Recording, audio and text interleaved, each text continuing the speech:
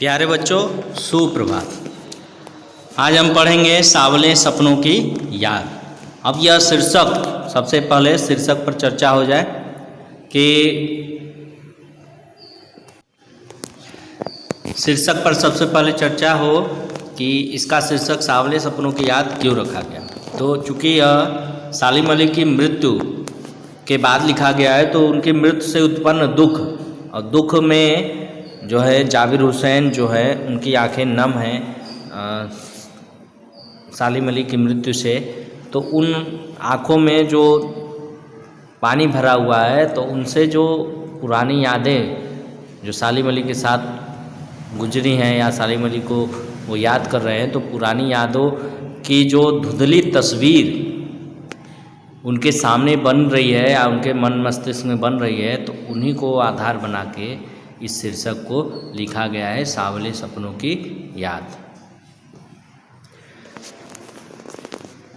सुनहरे परिंदों के खूबसूरत पंखों पर सवार सांवले सपनों का एक हुजूम मौत की खामोश वादी की तरफ अग्रसर है।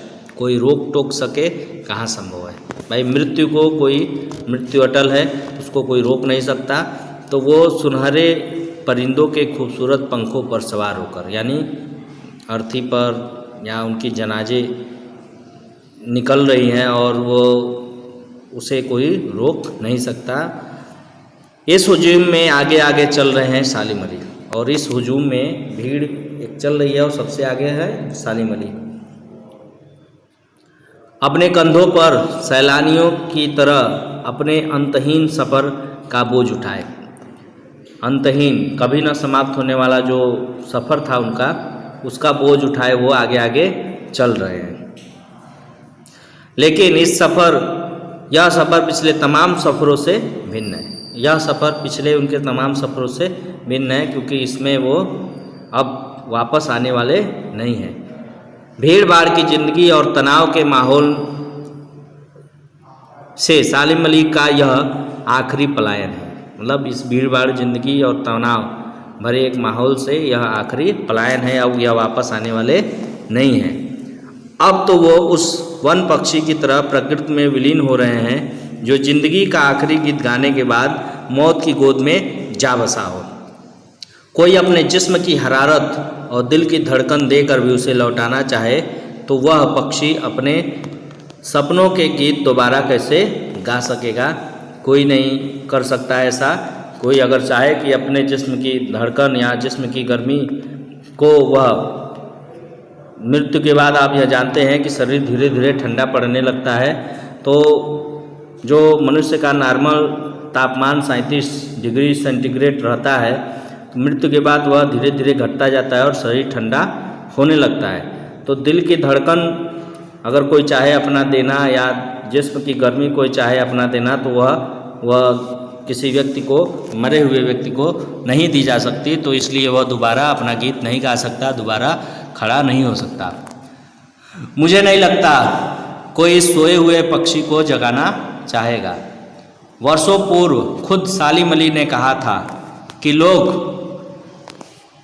पक्षियों को आदमी की नज़र से देखना चाहते हैं, यह उनकी भूल है। ठीक उसी तरह जैसे जंगलों और पहाड़ों, झरनों और आबशारों को वो प्रकृति की नज़र से नहीं, आदमी की नज़र से देखने को उत्सुक रहते हैं। भला कोई आदमी अपने कानों से पक्षियों की आवाज़ का मधुर संगीत सुनकर अपने भीतर रोमांच का सोता फूटता महसूस कर सकता है? आदमी नहीं कर सकता, बल्कि उसको उस रूप में जाना पड़ेगा। अगर प्रकृति को नज़ारे हमें देखने हैं, तो प्रकृति के रूप में, प्रकृति में रहकर हम वह देख सकते हैं। आदमी की नज़र से हम केवल उसका दोहन कर सकते हैं, अपनी सुविधा के अनुसार, अपने स्वार्थ के अनुसार उसका लाभ उठा सकते हैं, उसका आनंद नहीं उठा सकते। एहसास की ऐसी एक उबड़ खाबड़ ज़मीन पर जन्मे मिथक का नाम है सालिम अली। ऐसे ही एक मिथक का नाम है सालिम अली।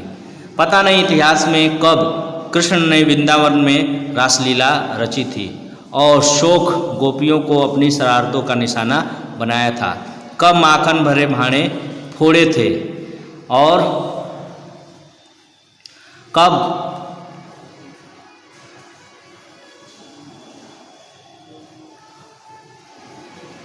दूध छाली से अपने मुंह भरे थे।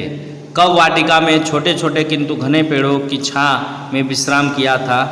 कब दिल की धड़कनों को एकदम से तेज करने वाले अंदाज में बंसी बजाई थी और पता नहीं कब वृंदावन की पूरी दुनिया संगीतमय हो गई थी। यह कोई नहीं जानता कि श्री कृष्ण ने जो बाल लीलाएं की वो कब की, पता नहीं यह सब कब हुआ हो था।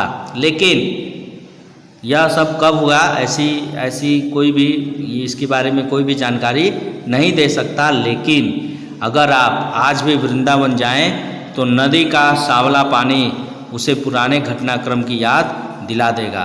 हर सुबह सूरज निकलने से पहले जब पतली गलियों से उत्साह भरी भीड़ नदी की ओर बढ़ती है तो लगता है जैसे उस भीड़ को चीरकर अचानक कोई सामने आएगा और बंसी की आवाज़ पर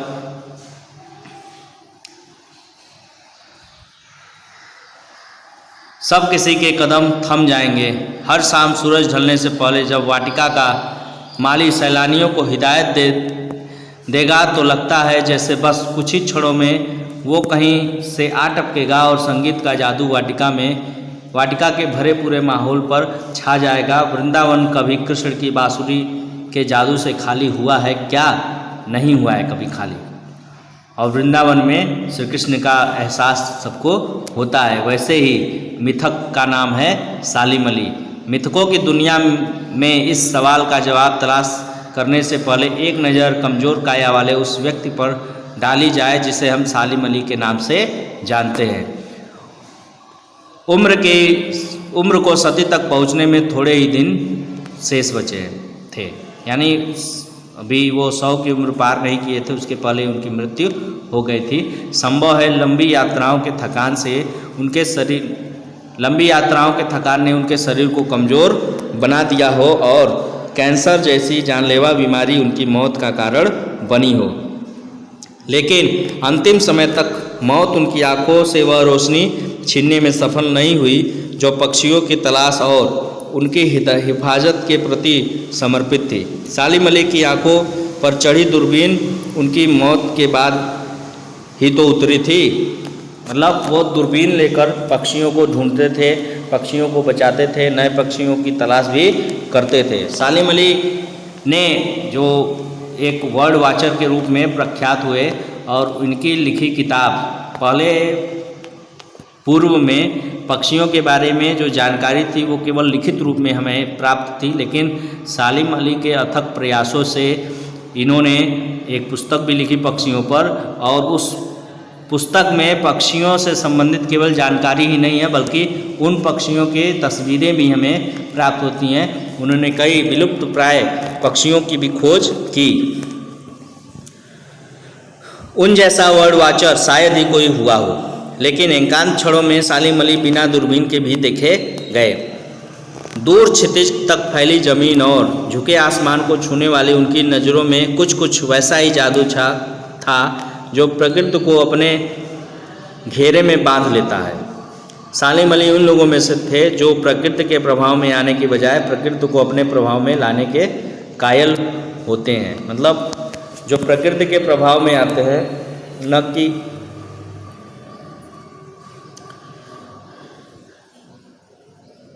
प्रकृति के प्रभाव में नहीं आते बल्कि प्रकृति को अपने प्रभाव में लाने के कायल थे। वो अपने प्रयासों से प्रकृति को सुरक्षित और संरक्षित करने का अथक प्रयास करते थे।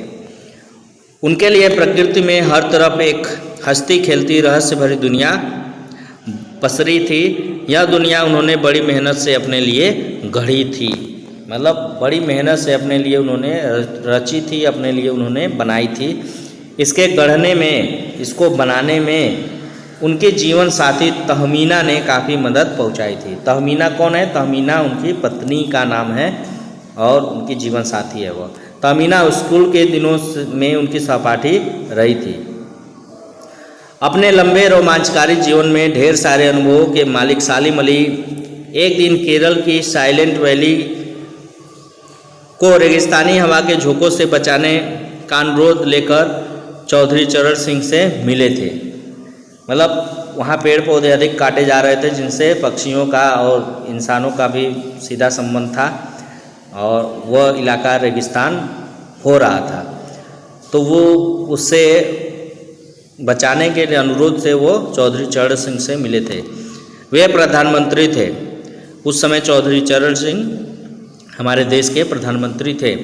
चौधरी साहब गांव की मिट्टी पर पड़ने वाली पानी की पहली बूंद का असर जानने वाले नेता थे। मतलब चौधरी चरण सिंह किसान थे और वो सामान्य जीवन जीने वाले व्यक्ति थे, इसलिए सामान्य लोगों की समस्या को समझते थे। पर्यावरण के संभावित खतरों का जो चित्र सालिम अली ने उनके सामने रखा, उसने उनकी आंखें नम कर दी थी। आज सालिम अली नहीं है, चौधरी साहब भी नहीं है। कौन बचा है जो अब सौंधी माटी पर उगी फसलों के बीच एक नए भारत की नींव रखने का संकल्प लेगा? कौन बचा है जो अब हिमालय और लद्दाख की बर्फीली ज़मीनों पर जीने वाले पक्षियों की वकालत करेगा? सालिम अली ने अपनी आत्मकथा का नाम रखा था फॉल ऑफ ए स्पैरो। मुझे याद आ गया, D.H. लॉरेंस की मौत के बाद लोगों ने उनकी पत्नी फ्रीडा लॉरेंस से अनुरोध किया कि वह अपने पति के बारे में कुछ लिखें।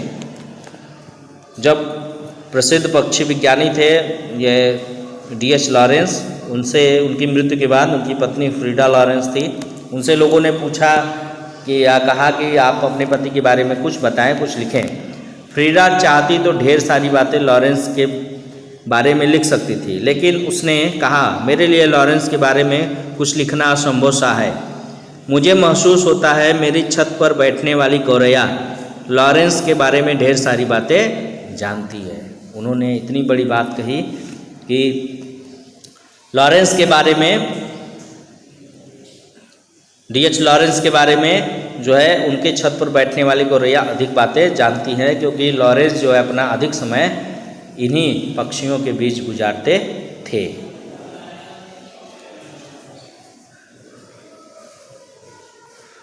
मुझसे भी ज़्यादा जानती हैं।